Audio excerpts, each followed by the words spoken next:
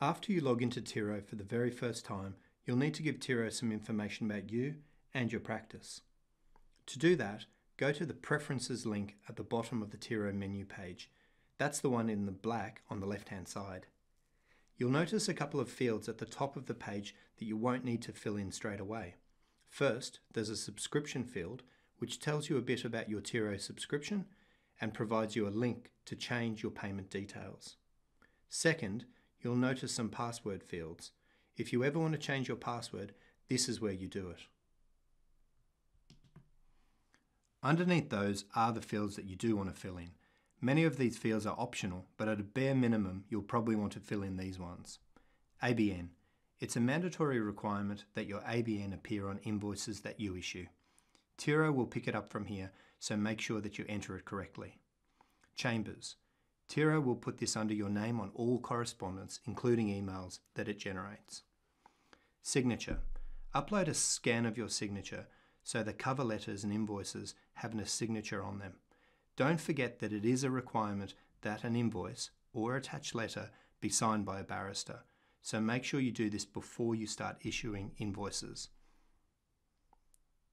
Default invoice due date. This can be whatever you want, but defaults to 14 days after issue.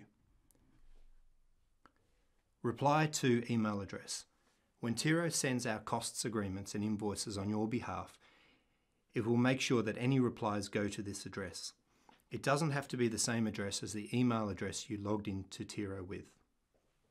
Default invoice number. If you're swapping from another system, you may want to make sure that your invoice numbers don't overlap.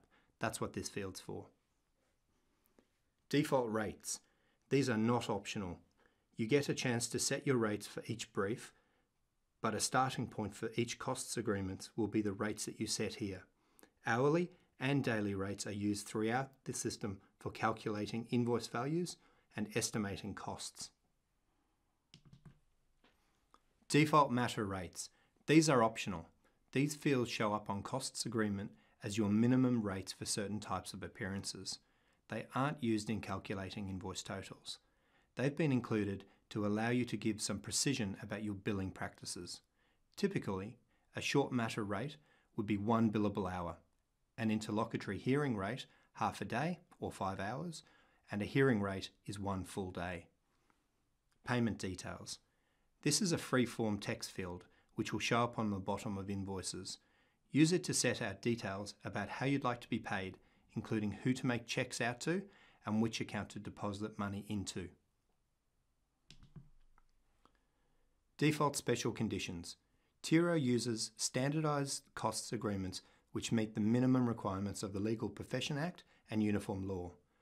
But we recognise that in some instances, you may need to tailor your costs agreement to specific circumstances. In this case, you can add extra conditions at the bottom of your costs agreement. For example, we've populated this field with sample uplift condition and a condition requiring money in advance. To save you time, if you think you will use particular conditions regularly, you might want to set it out in the default special conditions field, which forms the starting point of the special conditions field on each new brief. Billable expenses. Billable expenses are another field on the costs agreement which you might want to customize. To save you typing, you can set your usual arrangement in your preferences, and it will be copied to the billable expenses field on each new costs agreement that you set up. Of course, you will also get the chance to edit it for each new brief that you create. Description of advocacy experience.